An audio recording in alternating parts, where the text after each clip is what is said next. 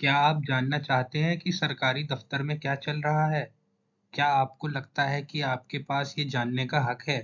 Hello दोस्तों, स्वागत है आपका कैंपस ज्ञान में। मैं हूं अनुराग शर्मा और आज हम शुरू करने जा रहे हैं एक बहुत ही इम्पोर्टेंट टॉपिक, आरटीआई एक्ट 2005, इस सीरीज का पार्ट 1। इस वीडियो में हम जानेंगे कि आरटीआई एक्ट क्या है, ये क्यों बनाया गया और इसके मेन प्रोविजंस क्या हैं। तो बने रहिए हमारे साथ और जानिए कैसे आप इस एक्ट का यूज करके ट्रांसपेरेंसी ला सकते हैं। चलिए शुरू करते हैं।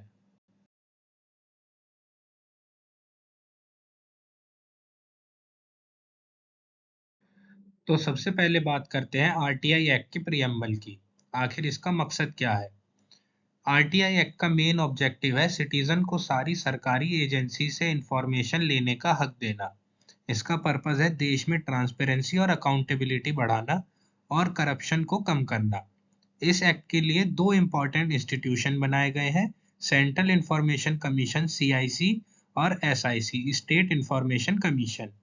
आरटीआई एक्ट एक मजबूत डेमोक्रेसी बनाता है क्योंकि ये सिटीजन्स को इन्फॉर्म्ड रखता है और गवर्नमेंट को उनके काम के लिए जवाबदेह बनाता है। लेकिन इस एक्ट में पब्लिक इंटरेस्ट और कॉन्फिडेंशियलिटी के बीच एक बैलेंस भी बनाया गया है। अब आता है सेक्शन वन। अब आते हैं सेक्शन 1 पर। इस एक्ट का पूरा नाम है राइट टू इंफॉर्मेशन एक्ट 2005। ये पूरे इंडिया में लागू होता है, लेकिन जब ये एक्ट आया था तब ये जम्मू कश्मीर में लागू नहीं था, जो कि अब जम्मू कश्मीर रीऑर्गेनाइजेशन एक्ट 2019 के बाद वहां भी लागू हो गया है। इस एक्ट के कुछ सेक्शन हैं जैसे कि 4 क्लॉज 1, 5 क्लॉज 1 और सेक्शन 5 क्लॉज 2, सेक्शन 12, 13, 15, 16, 24, 27 और 28। ये सब सेक्शन इनेक्टमेंट के साथ ही तुरंत लागू हो गए थे। बाकी सारे प्रोविजंस 120 दिन के बाद लागू हुए हैं। तो चलिए, अब हम आरटीआई एक्ट के कुछ ज़रूरी टर्म्स को समझते हैं जो कि सेक्शन 2 में दिए गए हैं। सबसे पहले आता है हमारा सेक्शन 2 है अप्रोप्रिएट गवर्नमेंट। अप्रोप्रिएट गवर्नमेंट का मतलब है सेंट्रल गवर्नमेंट उन अथॉरिटीज़ के लिए जो सेंटर या यूनियन टेरिटरीज़ के अंदर आती है, और स्टेट गवर्नमेंट उन अथॉरिटीज़ के लिए जो स्टेट लेवल पर काम करती है। नेक्स्ट आता है section 2B, central information commission CIC. इस सेंट्रल इंफॉर्मेशन कमीशन, जो कि हमें सेक्शन 12 क्लॉज 1 के तहत बनाया गया है, ये देश का सबसे बड़ा इंफॉर्मेशन बॉडी है। नेक्स्ट आता है section 2C, central public information officer CPIO. हर पब्लिक अथॉरिटी में एक सीपीआईओ अपॉइंट किया जाता है सेक्शन 5 क्लॉज 1 के मुताबिक, जो हमारी आरटीआई एप्लीकेशन को रिसीव और प्रोसेस करते हैं।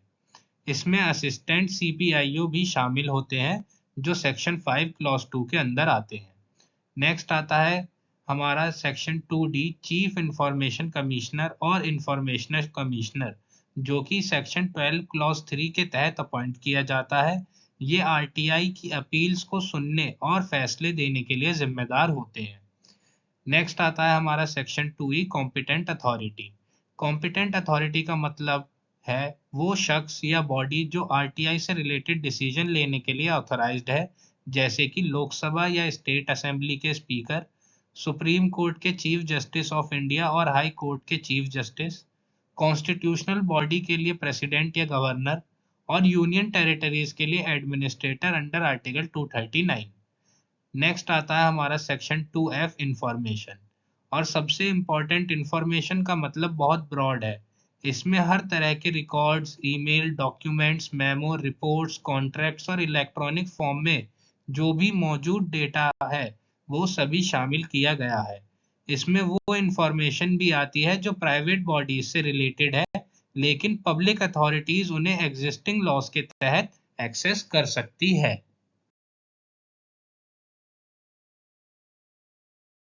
अब आता है हमारा section 2H, public authority. Public authority में वो सभी बॉडीज आती हैं जो कॉन्स्टिट्यूशन या पार्लियामेंट या स्टेट लेजिस्लेचर के द्वारा बनाए हुए लॉज के जरिए बनी है या फिर सरकारी नोटिफिकेशन से एस्टेब्लिश हुई है। इसमें वो एनजीओ भी शामिल हैं जिन्हें गवर्नमेंट द्वारा सब्सटेंशियल फाइनेंशियल एड मिलती है। नेक्स्ट आता है हमारा सेक्शन 2 क्लॉज आई, रिकॉर्ड। रिकॉर्ड का मतलब बहुत ब्रॉड है। इसमें हर तरह के डॉक्यूमेंट्स, मैन्युस्क्रिप्ट, फाइल्स, माइक्रोफिल्म्स या इलेक्ट्रॉनिक या कंप्यूटर जनरेटेड मटेरियल भी शामिल है। नेक्स्ट आता है हमारा section 2J, right to information. Right to information का मतलब है पब्लिक अथॉरिटीज के पास मौजूद इंफॉर्मेशन को एक्सेस करने का हक। इसमें ये सब शामिल है: डॉक्यूमेंट्स को इंस्पेक्ट करना, उनके नोट्स या कॉपी लेना, सर्टिफाइड सैंपल लेना, डिजिटल या इलेक्ट्रॉनिक फॉर्मेट्स में इंफॉर्मेशन लेना। नेक्स्ट आता है हमारा सेक्शन 2 के, स्टेट इंफॉर्मेशन कमीशन SIC। जैसे सेंट्रल इंफॉर्मेशन कमीशन होता है, वैसे ही सेक्शन 15 क्लॉज 1 के तहत हर स्टेट में एक स्टेट इंफॉर्मेशन कमीशन बनाया जाता है। नेक्स्ट आता है हमारा section 2 clause L, state chief information commissioner SCIC and state information commissioner SIC। तो स्टेट चीफ इंफॉर्मेशनर कमिश्नर और स्टेट इंफॉर्मेशनर कमिश्नर को सेक्शन 15 क्लॉज 3 के तहत अपॉइंट किया जाता है। नेक्स्ट आता है section 2M, state public information officer SPIO। हर स्टेट पब्लिक अथॉरिटी में एक स्टेट पब्लिक इंफॉर्मेशन ऑफिसर होता है जो RTI एप्लीकेशन रिसीव और प्रोसेस करते हैं। इसमें असिस्टेंट SPIO भी शामिल होते हैं जो सेक्शन 5 क्लॉज 2 के अंडर काम करते हैं। और लास्ट हमारी डेफिनेशन आती है section 2 clause N, third party. Third party का मतलब है एप्लीकेंट के अलावा कोई भी व्यक्ति, इसमें पब्लिक अथॉरिटीज भी शामिल हो सकती हैं। अब हम आगे बढ़ते हैं और RTI एक्ट के सबसे इम्पोर्टेंट सेक्शन को समझते हैं, जिससे आपको अपने हक के बारे में पूरी जानकारी मिलेगी। Section 3, right to information. Section 3 कहता है हर नागरिक को राइट टू इंफॉर्मेशन का हक है।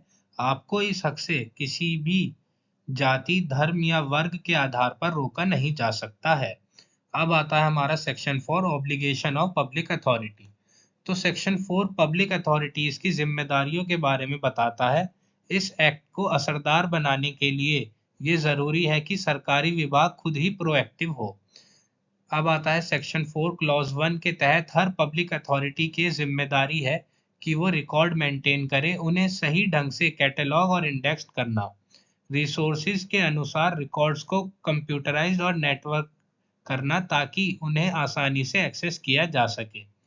नेक्स्ट है कि 120 दिन के अंदर पब्लिश करना, अपने ऑर्गेनाइजेशन के फंक्शन और ड्यूटीज को, अपने ऑफिसर और एम्प्लॉयज की पावर और ड्यूटीज को, डिसीजन मेकिंग प्रोसेस और सुपरविजन मैकेनिज्म को, अपने काम करने के नॉर्म्स को, इस्तेमाल होने वाले रूल्स, रेगुलेशन, मैनुअल्स और रिकॉर्ड्स को, अपने पास मौजूद डॉक्यूमेंट्स की कैटेगरी को, पब्लिक फॉर्मुलेशन के लिए पब्लिक से कंसल्टेशन के अरेंजमेंट्स को, और बोर्ड्स, काउंसिल, कमिटीज की डिटेल, और ये भी कि क्या उनकी मीटिंग पब्लिक के लिए ओपन है। ये सब 120 दिन के अंदर पब्लिश करनी होती है। पब्लिक अथॉरिटीज की ये भी जिम्मेदारी है कि वो अपने ऑफिसर और एम्प्लॉयज की डायरेक्टरी पब्लिश करें, हर महीने उनके मंथली रेम्युनेशन, वेतन की जानकारी दें, बजट एलोकेशन प्लान और एक्सपेंडिचर रिपोर्ट्स को पब्लिश करें, सब्सिडी प्रोग्राम और बेनिफिशियरीज की पूरी जानकारी दें, कंसेशन, परमिट्स या ऑथराइजेशन पर पाने वालों के नाम, जो भी इंफॉर्मेशन इलेक्ट्रॉनिक फॉर्म में है उसे भी अवेलेबल कराएं, इंफॉर्मेशन लेने की फैसिलिटी जैसे लाइब्रेरी या रीडिंग रूम्स के बारे में बताएं, पब्लिक इंफॉर्मेशन ऑफिसर PIO के नाम और डेजिग्नेशन दें, और कोई भी नया ज़रूरी जानकारी पब्लिश करें। इन सब पब्लिकेशंस को हर साल अपडेट करना ज़रूरी है। नेक्स्ट आता है कि पब्लिश इम्पॉर्टेंट फैक्ट्स। तो मेजर पॉलिसी फॉर्मुलेशन या पब्लिक को अफेक्ट करने वाले डिसीजन लेते समय इम्पॉर्टेंट फैक्ट्स को पब्लिश करना ज़रूरी है।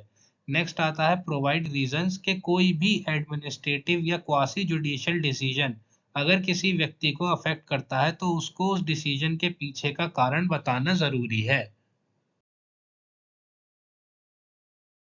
है हमारा section 4 clause 2, suo motu disclosure. Section 4 clause 2 कहता है पब्लिक अथॉरिटीज को जानकारी खुद ब खुद पब्लिश करनी चाहिए बिना मांगे। इसके लिए उन्हें मल्टीपल कम्युनिकेशन चैनल जैसे कि इंटरनेट का इस्तेमाल करना चाहिए। नेक्स्ट आता है section 4 clause 3, wide dissemination. Section 4 clause 3 के मुताबिक जानकारी को ऐसे वाइडली एक्सेसिबल फॉर्म में फैलाना चाहिए जो आम जनता के लिए इजी टू एक्सेस हो। नेक्स्ट आता है clause section 4 clause 4 accessibility standard. तो सेक्शन 4 क्लॉज 4 बताता है कि जानकारी फैलाते वक्त इन बातों का ध्यान रखें, जैसे कि वो कॉस्ट इफेक्टिवनेस हो, लोकल लैंग्वेज का इस्तेमाल किया जाए, उस एरिया के लिए बेस्ट मेथड ऑफ कम्युनिकेशन को चुना जाए और जहां पॉसिबल हो इलेक्ट्रॉनिक फॉर्मेट का यूज़ किया जाए। इस जानकारी को फ्री या फिर कॉस्ट प्राइस पर प्रोवाइड किया जाए। नेक्स्ट आता है हमारा एक्सप्लेनेशन सेक्शन 4 क्लॉज 3 और क्लॉज 4 का। इसमें डिसेमिनेशन का मतलब बताया गया है कि डिसेमिनेशन का मतलब है जानकारी को अलग अलग जरिए से लोगों तक पहुंचाना, जैसे कि नोटिस बोर्ड्स के थ्रू, न्यूज़पेपर्स के थ्रू, पब्लिक अनाउंसमेंट्स के थ्रू, ब्रॉडकास्ट के थ्रू, इंटरनेट के थ्रू या फिर ऑफिस इंस्पेक्शन के लिए अवेलेबल रखना। तो चलिए अब हम आरटीआई एक्ट के सबसे important officer public information officer के बारे में बात करते हैं जो आपकी एप्लीकेशंस को हैंडल करते हैं। Section 5 designation of public information officer PIO. सबसे पहले आता है अपॉइंटमेंट ऑफ पीआईओ। तो एक्ट लागू होने के 100 दिन के अंदर हर पब्लिक अथॉरिटी को सेंट्रल या state public information officer appoint करना जरूरी है। इनका मेन काम है सिटीजन को आरटीआई एक्ट के अंदर इंफॉर्मेशन प्रोवाइड करना। सेकंड आता है हमारा असिस्टेंट पीआईओ एट सब डिस्ट्रिक्ट लेवल। तो सब डिविजनल या सब डिस्ट्रिक्ट लेवल पर असिस्टेंट पीआईओ भी अपॉइंट होते हैं। इनका काम है आरटीआई एप्लीकेशन या अपील्स को रिसीव करना और उन्हें आगे सही अथॉरिटीज को भेजना। अगर आप अपनी एप्लीकेशन एक असिस्टेंट पीआईओ को देते हैं तो रिस्पॉन्स टाइम में 5 दिन एक्स्ट्रा ऐड हो जाते हैं। थर्ड आता है हमारा ड्यूटीज ऑफ पीआईओ। तो पीआईओ का मेन काम है रिक्वेस्ट को प्रोसेस करना और एप्लीकेशन को ज़रूरी असिस्टेंस प्रोवाइड कराना। फोर्थ आता है हमारा असिस्टेंस फ्रॉम अदर ऑफिसर्स। तो पीआईओ किसी भी दूसरे ऑफिसर से हेल्प मांग सकते हैं और अगर कोई ऑफिसर हेल्प देने से मना करे या कोई वायलेशन होती है तो उस ऑफिसर को भी पीआईओ की तरह रेस्पॉन्सिबल माना जाएगा। तो चलिए अब बात करते हैं आरटीआई की सबसे ज़रूरी बात की कि आप आरटीआई अप्लाई कैसे कर सकते हैं। तो चलिए समझते हैं सेक्शन 6 को। Section 6 request for obtaining information. सबसे पहले आता है हाउ टू अप्लाई। तो कोई भी व्यक्ति आरटीआई के लिए लिखित या इलेक्ट्रॉनिकली अप्लाई कर सकता है। आप अपनी एप्लीकेशन हिंदी, इंग्लिश या उस एरिया की रीजनल लैंग्वेज में दे सकते हैं। एप्लीकेशन सीपीआईओ, एसपीआईओ या सीएपीआईओ या एसएपीआईओ को सबमिट करनी होती है। इसके साथ एक प्रेस्क्राइब्ड फी लगाना भी ज़रूरी है। सेकंड आता है हेल्प फॉर इलिटरेट या डिसेबल्ड। तो अगर कोई व्यक्ति पढ़ा लिखा नहीं है या डिसेबल्ड है तो पीआईओ उनकी जुबानी रिक्वेस्ट को लिखित फॉर्म में कन्वर्ट करने में हेल्प करेगा। थर्ड आता है नो रीजन नीडेड। तो आरटीआई एप्लीकेशन देते समय आपको कोई रीजन बताने की ज़रूरत नहीं है कि आपको इन्फॉर्मेशन क्यों चाहिए, सिर्फ कॉन्टैक्ट डिटेल्स देना ज़रूरी है। और फोर्थ आता है हमारा ट्रांसफ़र ऑफ एप्लीकेशन।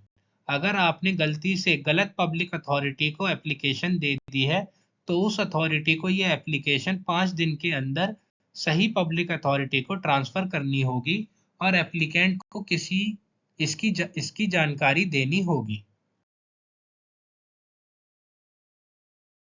तो अब बात करते हैं सबसे इम्पोर्टेंट पॉइंट की कि आपकी आरटीआई रिक्वेस्ट का जवाब कितने दिन में मिलेगा और उसके क्या नियम है। चलिए समझते हैं सेक्शन 7 को। Disposal of RTI request. First आता है हमारा टाइम लिमिट टू रिस्पॉन्ड। तो एक पीआईओ आपकी रिक्वेस्ट का जवाब 30 दिन के अंदर देना ज़रूरी है, लेकिन अगर मामला किसी की लाइफ या लिबर्टी से जुड़ा है तो जवाब 48 घंटे के अंदर देना होता है। सेकंड आता है नो रिस्पॉन्स का मतलब है डीम्ड रिजेक्शन। अगर 30 दिन के अंदर कोई जवाब नहीं मिलता तो आपकी रिक्वेस्ट को रिजेक्ट माना जाएगा। इसके बाद आप फर्स्ट अपील कर सकते हैं। थर्ड आता है intimation of additional fee.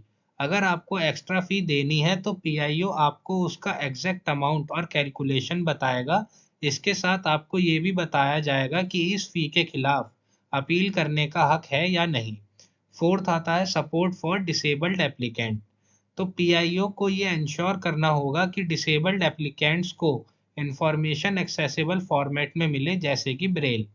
Fifth आता है फी स्ट्रक्चर। तो आरटीआई की फी रीजनेबल होनी चाहिए और बिलो पॉवर्टी लाइन एप्लीकेंट से कोई फी नहीं ली जाती है, और अगर पीआईओ डेडलाइन मिस कर देता है तो इंफॉर्मेशन आपको फ्री ऑफ चार्ज देनी होगी। सिक्स्थ आता है थर्ड पार्टी रिप्रेजेंटेशन। अगर इंफॉर्मेशन किसी थर्ड पार्टी से जुड़ी है तो पीआईओ को उसे डिस्क्लोज करने से पहले उस थर्ड पार्टी के ऑब्जेक्शन पर गौर करना जरूरी है। सेवेंथ आता है रिजेक्शन कम्युनिकेशन। अगर आपकी रिक्वेस्ट रिजेक्ट होती है तो पीआईओ आपको रिजेक्शन का कारण, अपील करने का टाइम लिमिट और अपीलिएट अथॉरिटी की पूरी जानकारी देगा। एट्थ आता है हमारा फॉर्म ऑफ इंफॉर्मेशन। आपने जिस फॉर्मेट में इंफॉर्मेशन मांगी है उसी में दी जाएगी जब तक कि उसे एक्सेसिव रिसोर्सेज ना लगे हों या वो रिकॉर्ड्स की सेफ्टी पर असर ना डालती हो।